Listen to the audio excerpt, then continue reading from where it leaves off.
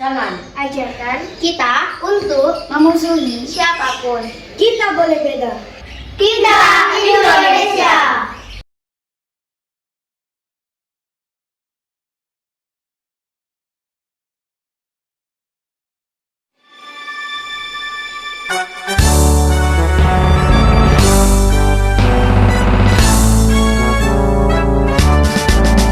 Kami dari JKJT, Jaringan Kemanusiaan Jawa Timur. Kami siap sedia untuk semua, untuk kita, untuk Indonesia. Kami peduli dari kaum tersisi, demi bangsa dan Pancasila sejati.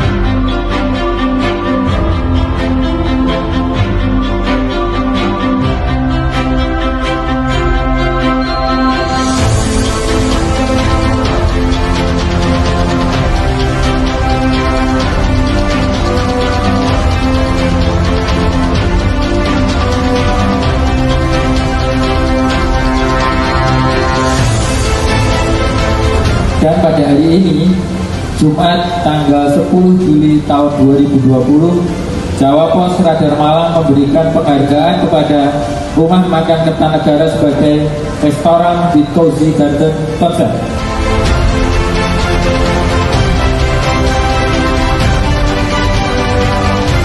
Terima kasih Mas Gun, terima kasih Jawa Pos Radar Malang yang selalu aktif mendorong, membantu dunia kuliner di Malang. Apalagi dalam kondisi COVID ini, saya sangat berharap Jawa Pos Radar Malang bisa sangat membantu para pelaku usaha kuliner di Malang. Terima kasih atas penghargaan yang diberikan pada kami. Semoga Jawa Pos Radar Malang juga selalu jaya.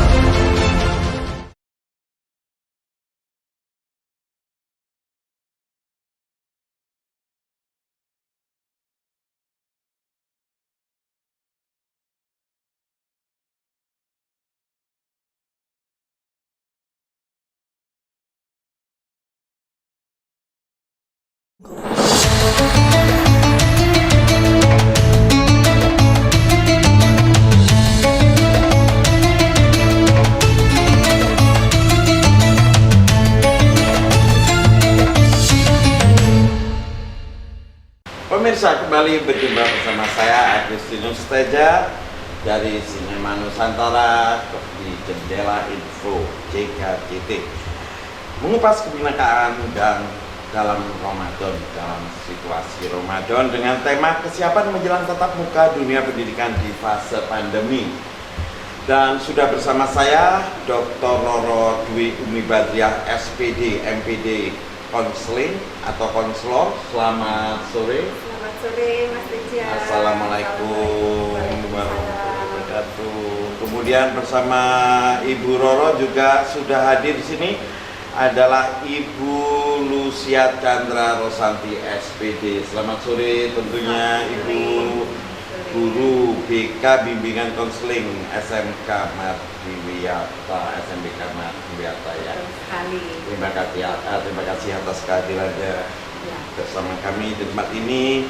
Dan sudah pada tentu kami juga mengucapkan terima kasih pada semua yang sudah mendukung acara ini, baik dari Kertanegara Restoran, juga Kopi Gajah, dan banyak lagi yang berpartisipasi di tempat ini. Oke, baik. Ini kayaknya kita masih di situasi hangat awal-awal puasa, masih terhitung masih awal-awal puasa. Betul.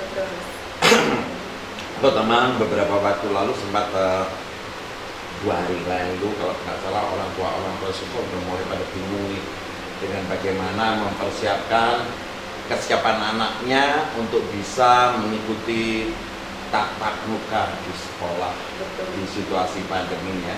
Ya. Walaupun saya juga mengawali terus sebagai orang gugus tugas, tapi saya sendiri juga kalau melihat situasi yang berkembang juga pengennya anak-anak biar cepat sekolah ya. Tapi rupanya yang menjadi persoalan di lapangan adalah tidak semudah membalik tangan. Nah, berkaitan dengan tatap muka tadi, ini saya langsung menuju ke Ibu Roro dulu nih.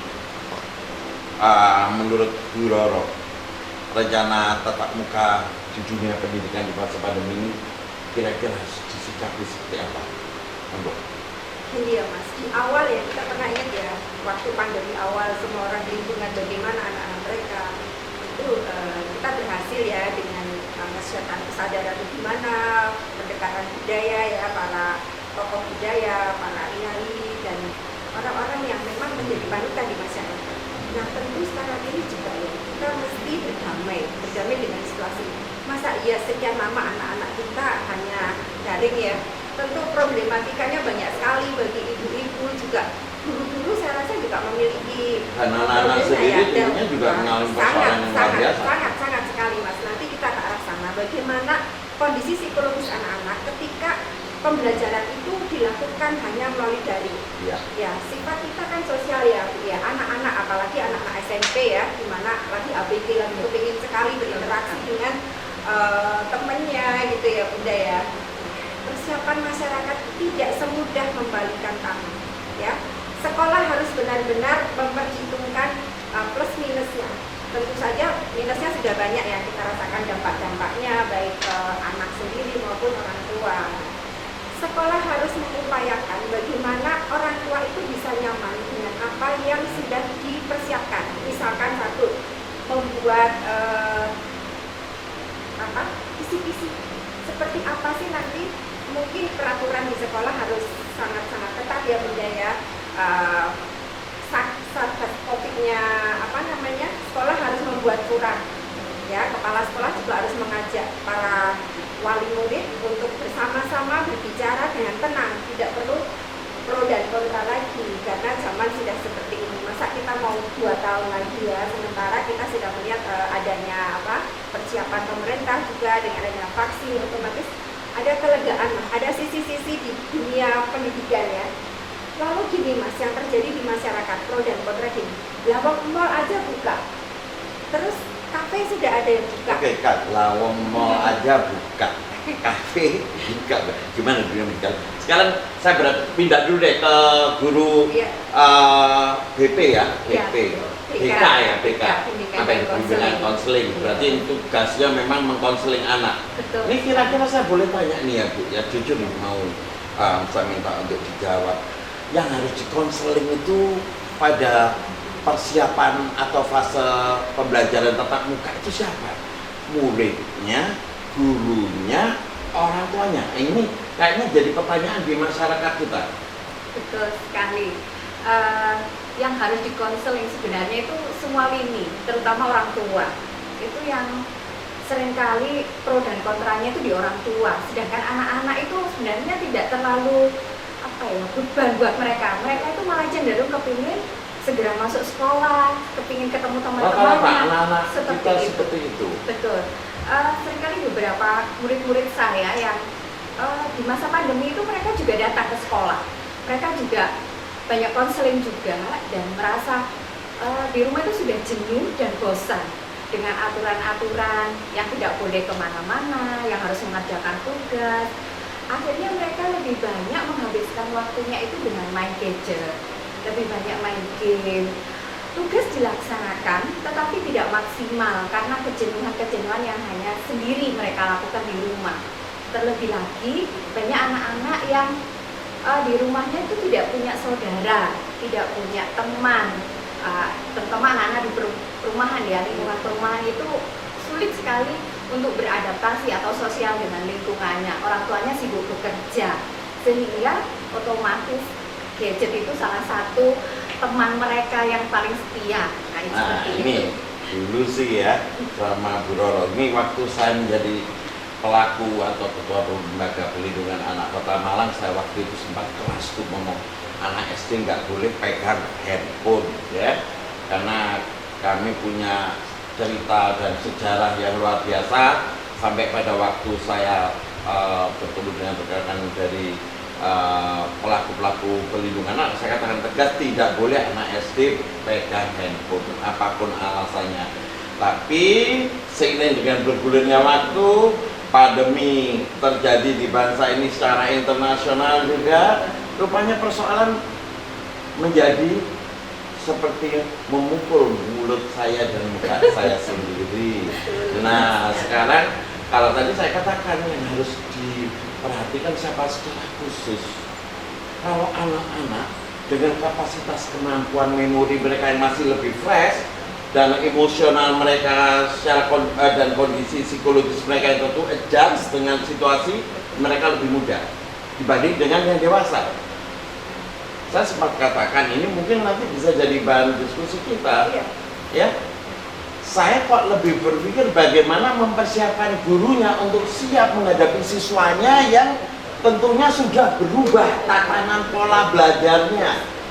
Ada tadi yang jenengan juga sudah sebutkan dan saya setuju, perilaku sosialnya juga sudah mengalami persoalan, ya, tidak mampu berkomunikasi dengan lingkungan terdekat, cenderung lebih menutup diri dan punya dunia sendiri. Nah gurunya apa siap dengan situasi seperti itu?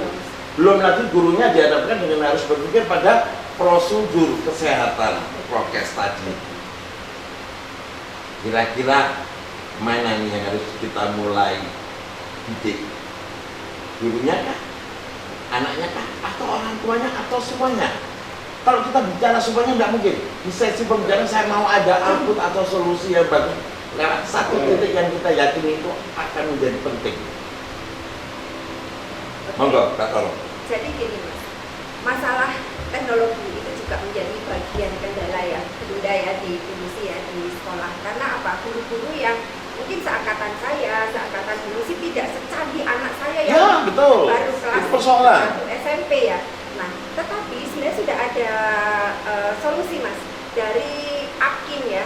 Itu sudah membuat kayak seminar, workshop bagaimana mengajak guru-guru ini supaya mengenal teknologi lebih canggih sesuai dengan Ya, kalau guru-guru yang dekat dengan daerah metropolis atau kota, kalau coba yang di pedalaman di desa atau di daerah yang monggo. Ini, oke kita yang deket-deket dulu deh ya. Dan itu memang menjadi kendala luar biasa ya. Bahkan ada yang sampai menjual ini menjual itu untuk bisa membeli handphone ya, sampai ada yang maaf anak yang nekat seperti apa karena tidak punya solusi, orang tuanya sendiri cuma petani. Kita berpikir yang menengah ke bawahnya. Nah, bagaimana mungkin pemerintah juga harus mendekati mereka dengan banyak ya mahasiswa-mahasiswa IT atau apa yang bisa dijadikan pembimbing mereka. Mungkin jadi kelompok-kelompok belajar seperti di sinema sendiri ya Mas ya. Itu kan ada beberapa anak yang memang berawal berasal dari orang tua yang tidak mampu, tetapi dengan bersinergi satu sama lain itu bisa menjadi tersentuh mereka. Mungkin di kelurahan zaman dulu yang sudah ada ya wifi seperti itu, tapi yang pembimbingnya yang masuk ke sistem pembelajaran sekarang kan tidak mudah. Ya udah ya, jam sekian nanti harus masuk sekian, harus presensi, harus seperti apa, harus refleksi itu. Orang-orang tua yang kalangan menengah ke bawah, mereka masih awam sekali. Ini butuh tutorial dari minimal mahasiswa-mahasiswa yang kayak kita di Malang ya, terutama ya. Dan jujur Mbak, mahasiswa pun sekarang juga mengalami traumatik.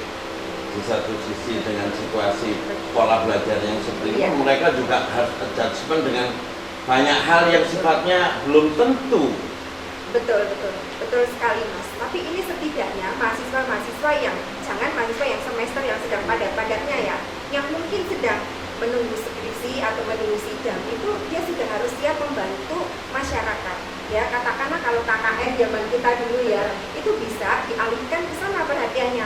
Bagaimana sih sistem pembelajaran online itu seperti itu? Karena tidak semua orang bisa, guru pun Betul. kadang-kadang tidak Juga malah gaptek. Iya, begitu Mas. Jadi kita mesti memanfaatkan SDM yang ada untuk membantu para siswa yang kebetulan berada di lingkungan yang agak jauh dari pusat-pusat Para pendidikan siswa ya. kembali Para ya. siswa Sekarang ya. kalau untuk para gurunya, pendapatnya guru BK nih, coba deh, saya mau dengar.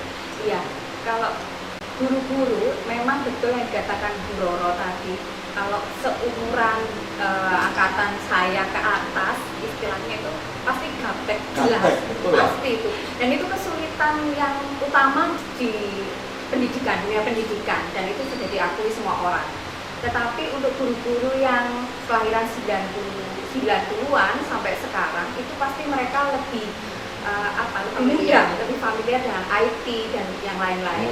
Nah, saya juga melihat sekarang banyak guru-guru yang tua atau istilahnya yang sudah mendekati pensiun atau purna tugas itu mulai sadar bahwa mereka harus mengikuti zaman, tidak bisa lagi berdiam diri dan tetap dengan pendirian, ya saya seperti ini, saya nggak bisa. Nah ini kayaknya dampak positif dari pandemi ini. Iya, betul sekali. Pandemi ini ada sisi positifnya dan ada negatifnya memang.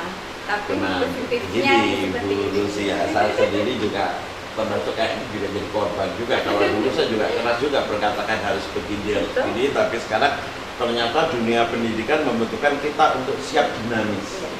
Kita harus fleksibel, mengikuti alur, tidak mengatakan secara kita itu adalah benar karena belum tentu yang menurut kita benar itu juga benar menurut orang tua ataupun anak-anak sekarang. Bisa jadi nanti malah anak-anak yang ngajarin gurunya nih. Betul sekali. Sudah Dengan- sudah terjadi. Ya, karena anak ternyata jauh lebih standar dibanding apa yang jadi pengetahuan kita soal ini kapasitas kemampuan adaptasi dengan teknologi ini luar biasa. Iya. Dan mungkin kira-kira menurut Bu Roro sama Bu Lucy nih, langkah-langkah smart seperti apa yang harus diperhatikan oleh kebijakan juga oleh Kepala Dinas Pendidikan, karena nanti di sesi selanjutnya akan ada juga kita hadirkan Bapak Wali Kota Malang, juga kalau besok kita juga dengan Bapak Ketua DPR Malang juga akan bahas masalah ini, dan juga kita akan bahas juga dengan Kepala Dinas Pendidikan.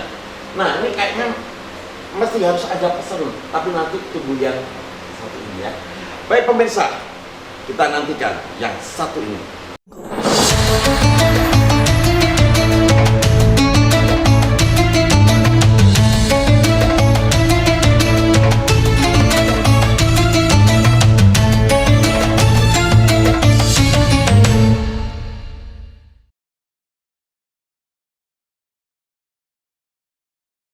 Zaman Ajarkan kita untuk memusuhi siapapun.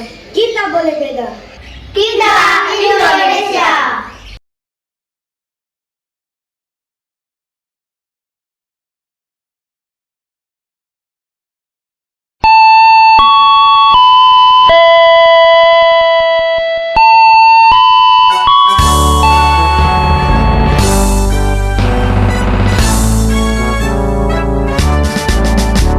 Kami dari JKJT, Jaringan Kemanusiaan Jawa Timur. Kami siap sedia untuk semua, untuk kita, untuk Indonesia.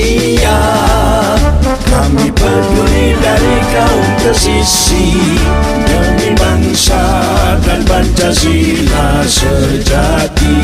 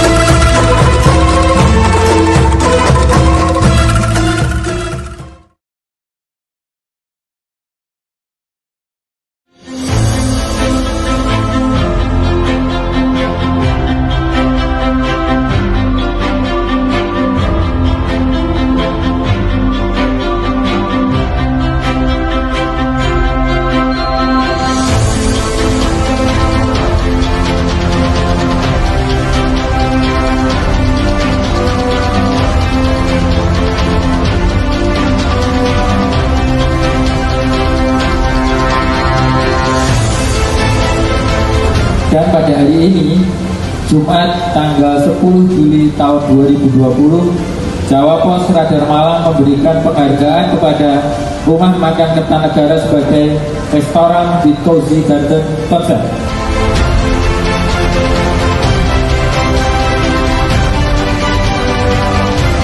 Terima kasih Mas Gun, terima kasih Jawa Pos Radar Malang yang selalu aktif mendorong, membantu dunia kuliner di Malang. Apalagi dalam kondisi COVID ini, saya sangat berharap Jawa Pos Radar Malang bisa sangat membantu para pelaku usaha kuliner di Malang. Terima kasih atas penghargaan yang diberikan pada kami. Semoga Jawa Pos Radar Malang juga selalu jaya.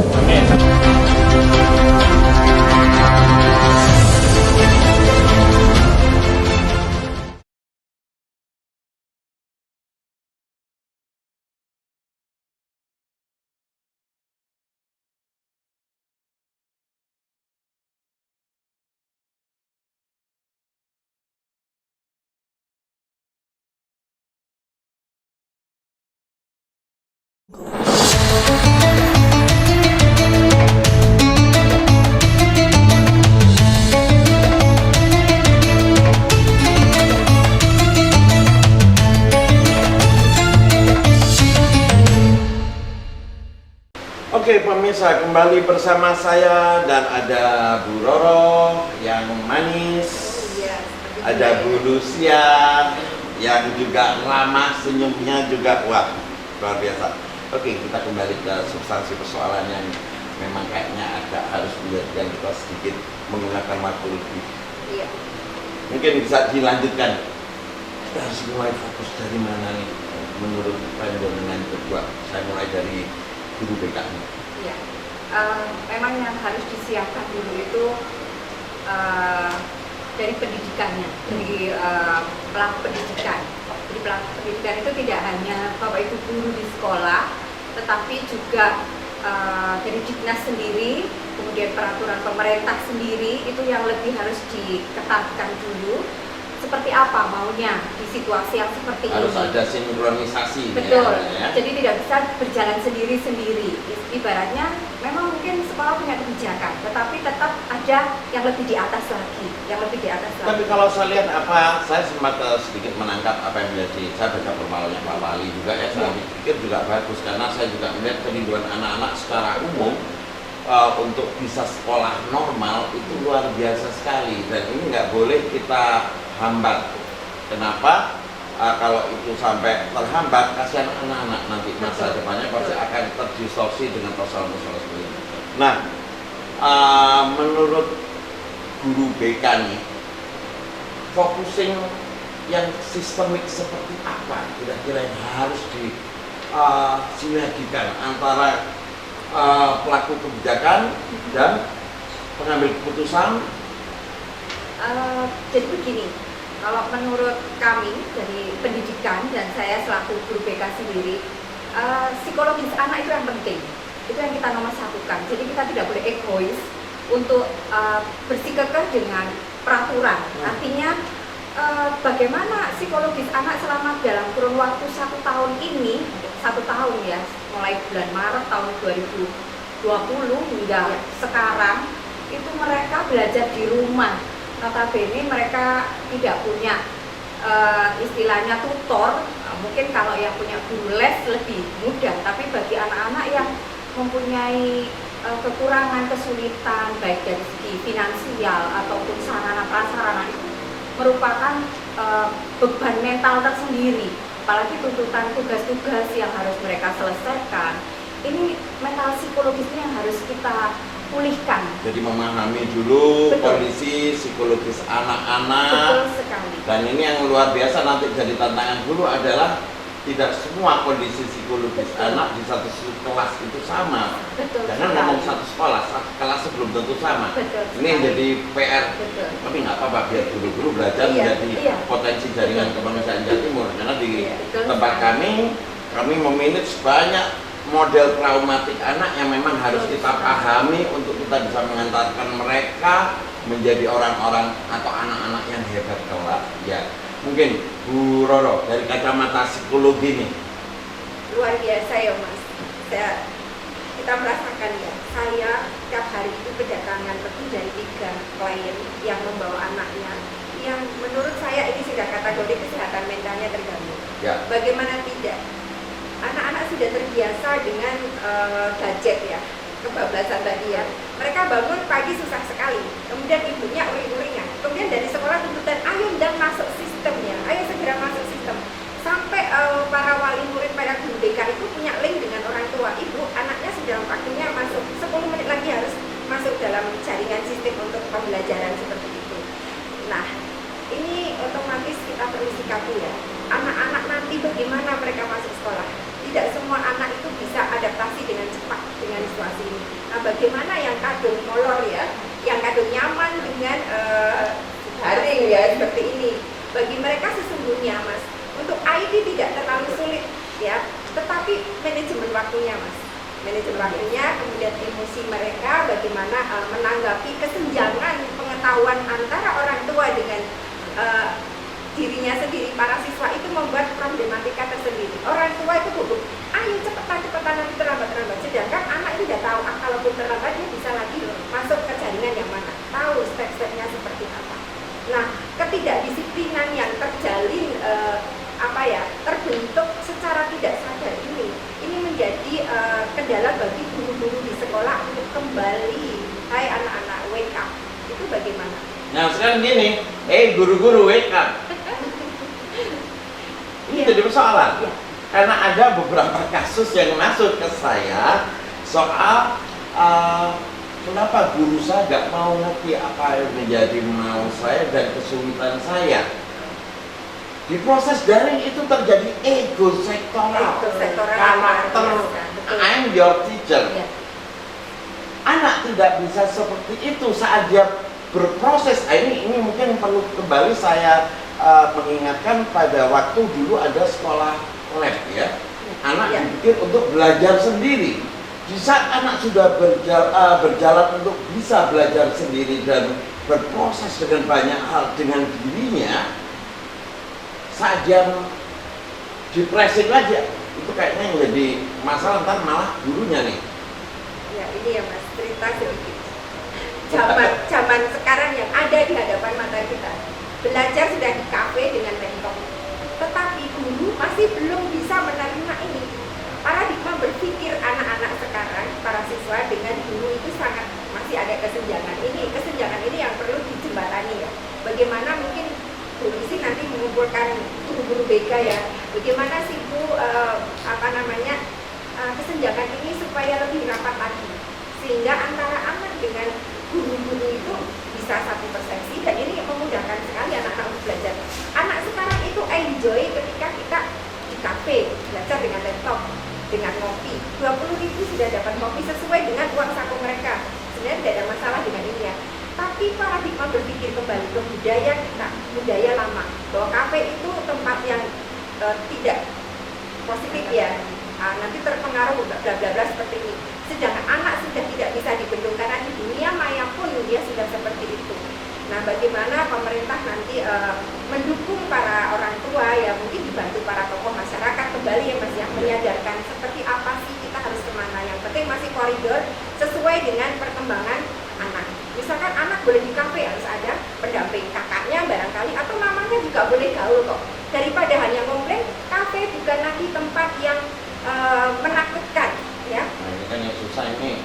Kalau untuk yang punya duit, kalau yang nggak punya duit gimana? Karena kafenya jadi warung nih, atau warteg dan ada Mas, jadi kafe tapi harga warteg ada ya. 15.000 sudah boleh, kan sama kalau kita beli es krim ya, seperti itu. Tapi suasana yang dibutuhkan, suasana bagi anak-anak yang kondusif sesuai dengan usianya. Jangan sekondusif sesuai dengan usia saya dong. Kalau saya maunya anak saya belajar di meja belajar, lalu lampu yang seperti ini, kemudian jamnya tertentu, habis ini harus mengerjakan ini, lapor dulu ke orang tua. Sekarang tidak lagi Mas. Dengan canggihnya IT, anak-anak sudah masuk ke dalam sistem itu, mereka sudah tahu harus ngapain. Nah ini yang perlu disampaikan kepada para orang tua. Anakmu sudah pintar seperti ini, ayo kalian para orang tua dampingi mereka.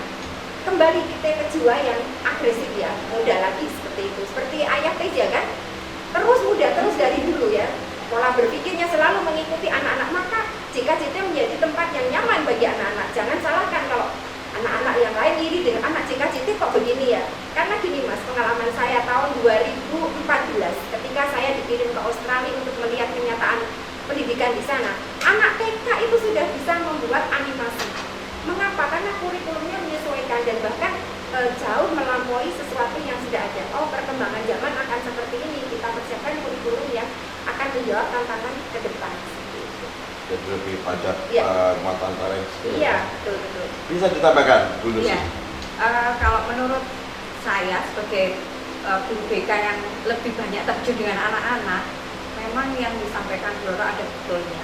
Dalam artian begini, sekolah itu harus ramah anak, artinya sangat memahami anak, tidak membeda-bedakan atau mengklasifikasikan mereka. Itu pada prinsipnya, namun masih banyak sekolah-sekolah saat ini yang dalam tanda petik itu masih saya kelas high, saya anak-anaknya di sini anak yang seperti ini.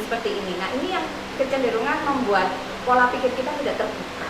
Nah, kita para pendidik itu harus membuka pemikirannya juga selain orang tua pastinya. Nah, ini supaya apa? Sekolah itu menjadi tempat yang nyaman seperti yang dikatakan Bu Roro tadi. Nyaman. Disesuaikan dengan tentu dengan kondisi. lingkungan sosial. Betul. Ini kondisi. Rambutan zaman. betul. Guru-guru harus open mind dengan situasi, tidak saklek lagi atau konvensional seperti zaman dulu. Karena kita terus berubah, anak-anak juga terus berubah. Kalau kita tetap seperti tadi dikatakan bahwa oh iya jam sekian harus masuk, harus absen, harus seperti ini. Anak-anak dengan situasi yang sudah nyaman di rumah, bangun siang, sudah masih nanti ajalah absennya, mengerjakan tugas masih nanti bisa, masih diberi toleransi waktu, mereka manage sendiri kegiatan mereka. Nah, ini yang situasi yang seperti ini kadang banyak tidak dipahami oleh pendidik, para guru ataupun orang tua sendiri. Mereka Ini berarti yang harus mulai sebenarnya jujur dari mana? Intinya gini, sekolah harus punya daya tarik betul. untuk bagaimana mereka tertarik seperti kalau mereka mau ke kafe, Betul kan? sekali. Baju-bajunya Berarti ini rapi. tantangan dunia pendidikan, fase dunia pendidikan harus bisa memiliki atau cipta rasa yang nyaman untuk anak-anak yang sudah mengalami dampak atau terdampak dari situasi Betul, perubahan suasana. cara belajar daring ini ya. Betul sekali. Jangan sampai nanti anak-anak habis dikurung seperti lepas sendiri-sendiri, sekolah belum siap menerima agresivitas. Ya, contoh ini saya sepele pernah saya bicarakan sama Bu Roro dulu ya. Anak belajar pakai seragam tapi di rumah di kamarnya duduk santai nungguin ngeliatin ya. Iya. Pagi udah harus duduk, mandi juga enggak, akhirnya Iya. anak-anak sambil dan mungkin bisa jadi gurunya juga pakai seragam di atas, di bawahnya pakai celana pendek. Saya alami ya Mas ya. Saya tidak mau munafik bahwa Ya benar, saya yakin harus ada keterbukaan. tidak hanya saya ya. Betul. Ketika saya mempersiapkan anak saya kan, saya punya anak 3, kemudian saya belum bagian ini, sementara saya harus online sistem. Ya, apa yang saya bahas belajar sudah langsung kita Urusan di bawah enggak? di bawah kita tidak. Ini saya rasa juga dialami oleh Semuanya, baik anak ataupun guru mau jujur atau tidak itu terjadi. Dan itu sebetulnya adalah salah satu muara munculnya persoalan-persoalan yang betul. pasti akan kompetitif. Ya. Kalau kita tidak sikapi secara bijaksana dan hati-hati.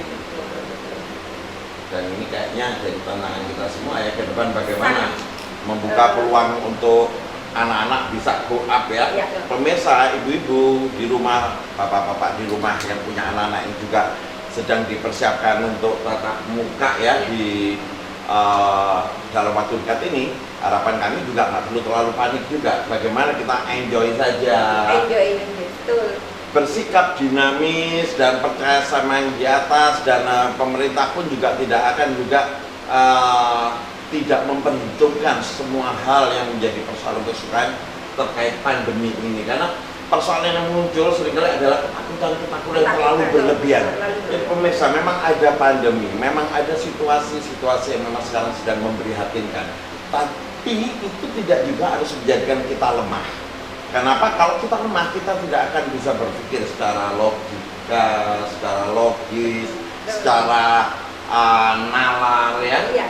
Malah sekarang kalau kita melihat anak-anak kita justru hak-haknya itu sudah kita rampas. Betul sekali, Mas. Kalau kita tidak bisa memberikan, mendorong mereka berpeluang hidup dengan pendidikan yang nyata yang ini akan menjadi satu bom persoalan di kemudian hari yang tidak mudah. Dan guru-guru juga gitu ya. Betul. Harus lebih dinamis, lebih enjoy, dan lebih percaya diri dengan banyak hal, karena kita harus bersatu untuk mensikapi segala keterbatasan dari proses berbangsa yang sekarang sedang bergumul dengan pandemi. Nah ini ngomong-ngomong nih, kalau Bu Roro saya tahu lah nih, dulu sih percaya nggak sama COVID? Percaya nggak percaya ya?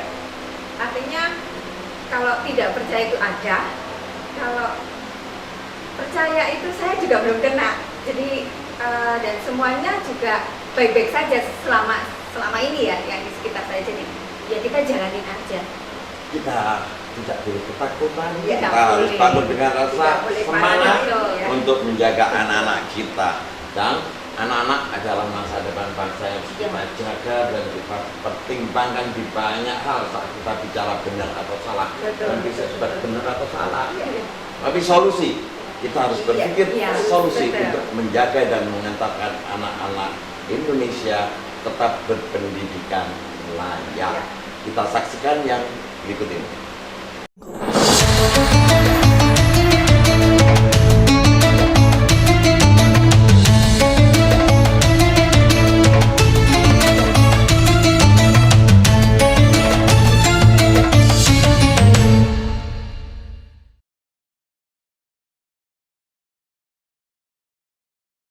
Jangan ajarkan Kita untuk memusuhi siapapun. kita boleh beda. Kita Indonesia.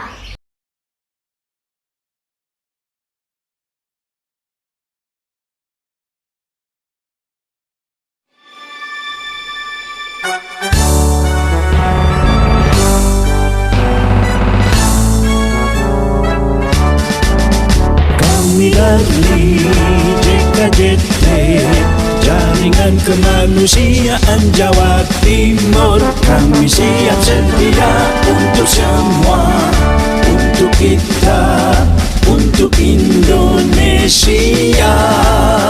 Kami peduli dari kaum tersisi, demi bangsa dan Pancasila sejati.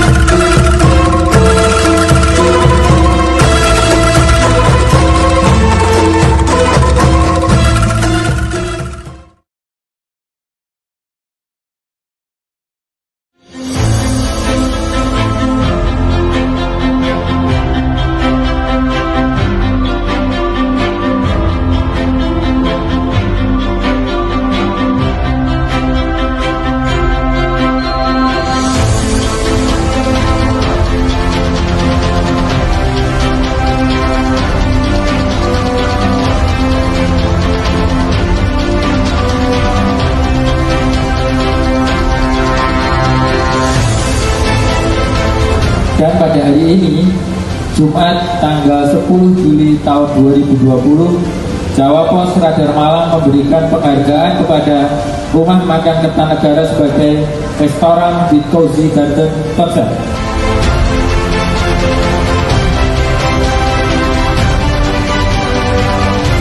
Terima kasih Mas Gun, Terima kasih Jawa Strater Malang yang selalu aktif mendorong, membantu dunia kuliner di Malang.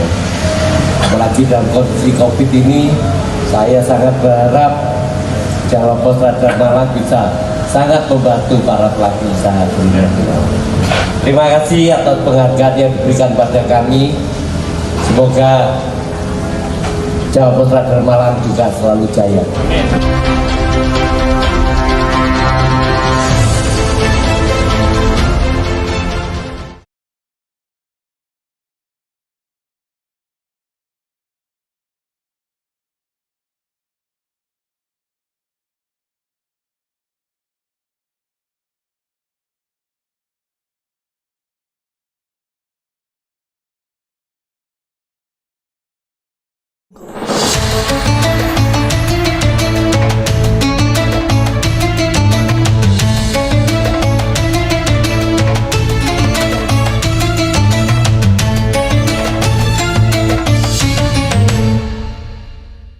Pemirsa, kembali berjumpa lagi dengan saya dan Ibu Roro Style Indonesia di sesi terakhir, tapi bukan terakhir untuk simak kita tentunya ya, karena kita tetap akan berkolaborasi untuk mendorong upaya-upaya semangat pemerintah dalam pemenangan hak-hak atas anak untuk tetap bisa berpendidikan layak tentunya. Karena itu adalah mimpi kita semua untuk semua generasi penerus kita yang harus kita jaga dan tidak boleh terjeda hanya karena pandemi. Pandemi adalah satu dari sekian persoalan, tapi itu tidak boleh memutuskan semangat anak-anak untuk tetap mau belajar. Kalau nggak itu, gimana bangsa ini bisa maju ya? Oke, Bu Lucy, kira-kira menurut Bu Lucy dari pembicaraan panjang tadi ya, ada nggak yang bisa disimpulkan menurut Bu Lucy dan menjadikan satu pesan yang cantik untuk semuanya? Saya sebagai tenaga pendidik yang di sekolah, yang selalu berinteraksi dengan anak-anak, saya hanya menginginkan begini, para orang tua jangan terlalu paranoid, jangan terlalu takut. Tidak apa-apa sekolah selama kita tetap menjaga protokol kesehatan, dan yakin percaya bahwa pihak sekolah itu tidak akan menjerumuskan anak-anak dalam artian mereka akan mengalami kesulitan atau apapun. Karena apa? Pihak sekolah pun juga benar-benar harus mensiasati segala hal yang akan terjadi nantinya. Itu sudah dipersiapkan dengan matang.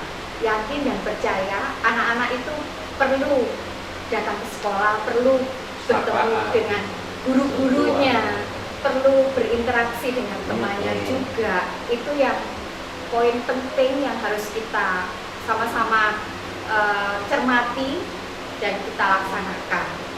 Selain itu juga waspada perlu, tetapi mari kita bersama-sama untuk tidak saling membuat suasana tidak nyaman, saling menakut-nakuti dan sebagainya. Itu kita hilangkan. Segala sesuatu hal yang tidak baik berkaitan dengan pandemi atau apa, kita harus berdamai dengan pandemi ini. Nggak bisa seterusnya kita paranoid, takut terkena COVID dan sebagainya. Itu tidak bisa, karena bagaimanapun juga ini seperti kasus HIV/AIDS itu juga dulu waktu pertama kali menyebar juga sama, orang juga ketakutan dan sebagainya. Atau juga pada waktu kasus flu burung itu juga sama, semuanya ketakutan dan sebagainya. Tetapi pada akhirnya kita berdamai dengan situasi ini dan bisa menerima. COVID juga sama, kita juga harus berdamai. Berdamai itu bukan berarti kita tidak apa-apa kena COVID, bukan, tetapi kita tetap menjaga situasi ini dengan baik. Tidak perlu paranoid, itu yang penting. Tetap mendukung upaya pemerintah dalam pemenangan upaya memutuskan masalah pandemi ini, dan tetap mendukung juga apa yang menjadi program pemerintah dalam membuka peluang anak-anak untuk kembali hidup layak dengan berpendidikan, dengan segala desain dan sebagainya ya. Oke, terima kasih Ibu Lucia Chandra Rosanti. Waduh, saya selalu akan ingat nama itu, dan sekarang saya ingin mendekat ke hati Ibu Roro Dwi Bumi Badria. Kira-kira persoalan seperti apa dan apa yang akan menjadi fokus operasi kita untuk bisa menyelamatkan anak-anak kita, untuk bisa juga mendorong semangat guru dan orang tua tentunya dalam mengantarkan anaknya menuju kembali ke sekolah. Satu kalimat bahwa anak-anak sekarang ini adalah pemilik Syah Republik di masa yang akan datang. Maka kita tidak boleh memberikan beban-beban yang terlalu berat pada anak-anak. Biarkan mereka berkembang sesuai dengan fase-fase perkembangan di masa apapun. Satu kalimat dari kita mengadop dari Jawa ya Mas, legowo. Bagaimana kita legowo adalah kita bersinergi satu sama lain untuk mendukung program pemerintah, membawa anak-anak ini mau dibawa kemana ke depannya. Jadi buatlah anak-anak itu gembira ya, para guru di sekolah tolong ini, para orang tua tolong. Buatlah anak-anak itu gembira, karena gembira juga merupakan satu hal yang merupakan hak mereka. Dengan gembira anak-anak mudah sekali dengan adaptasi, juga tidak terbeban dan mudah sekali diberikan masukan-masukan bagaimana negeri ini menjadi tanggung jawab mereka di kemudian hari. Itu saja ya Mas Teja. Oke, terima kasih Bu Roro.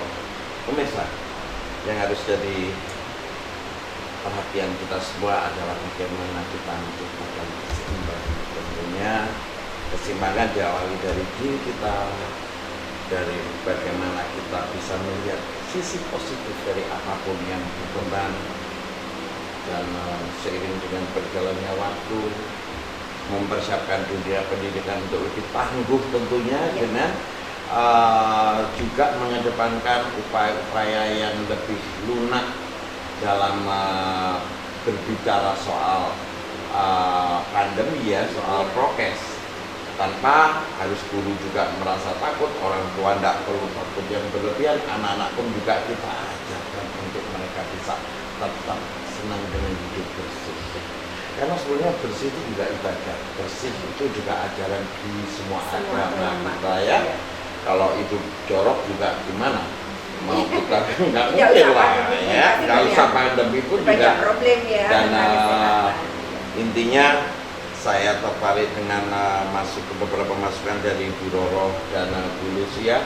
Ayo bersama kita ciptakan kesiapan sekolah untuk lebih ramah anak, lebih bijaksana pada anak, tidak memenangkan diri sebagai seorang guru pada tiap perbedaan pemahaman anak.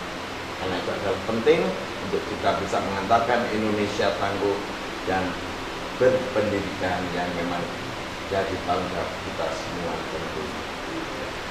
Pemirsa, terima kasih di sesi mengupas semangat kebinekaan di bulan Ramadan ini dengan tema kesiapan menjelang tatap muka dunia pendidikan di masa pandemi.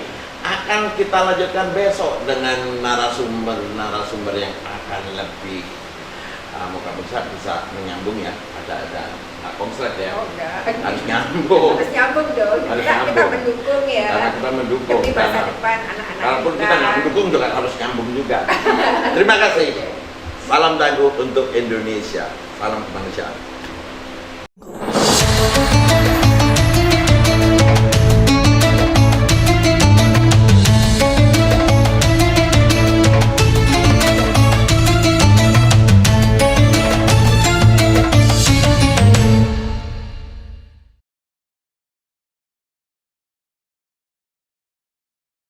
Jangan ajarkan Kita untuk memusuhi siapapun.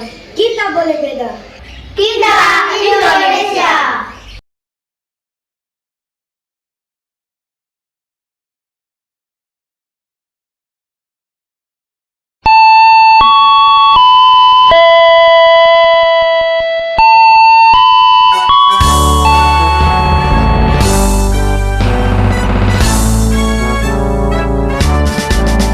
Kami dari JKJT, Jaringan Kemanusiaan Jawa Timur. Kami siap sedia untuk semua, untuk kita, untuk Indonesia.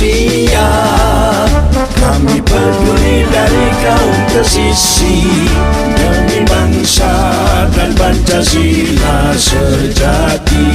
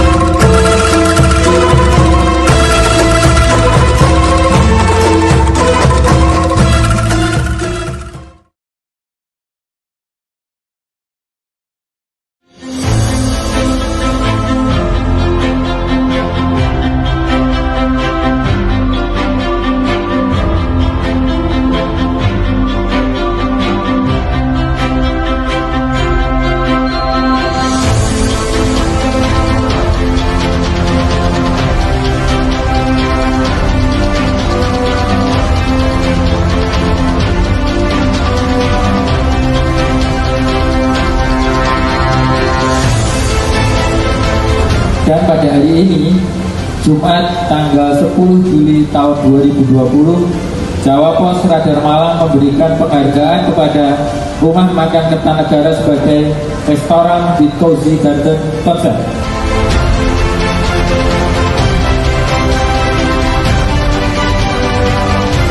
Terima kasih Mas Gun, terima kasih Jawa Pos Radar Malang yang selalu aktif mendorong, membantu dunia kuliner di Malang. Apalagi dalam kondisi COVID ini, saya sangat berharap Jawa Pos Radar Malang bisa sangat membantu para pelaku usaha kuliner di Malang. Terima kasih atas penghargaan yang diberikan pada kami. Semoga Jawa Pos Radar Malang juga selalu jaya.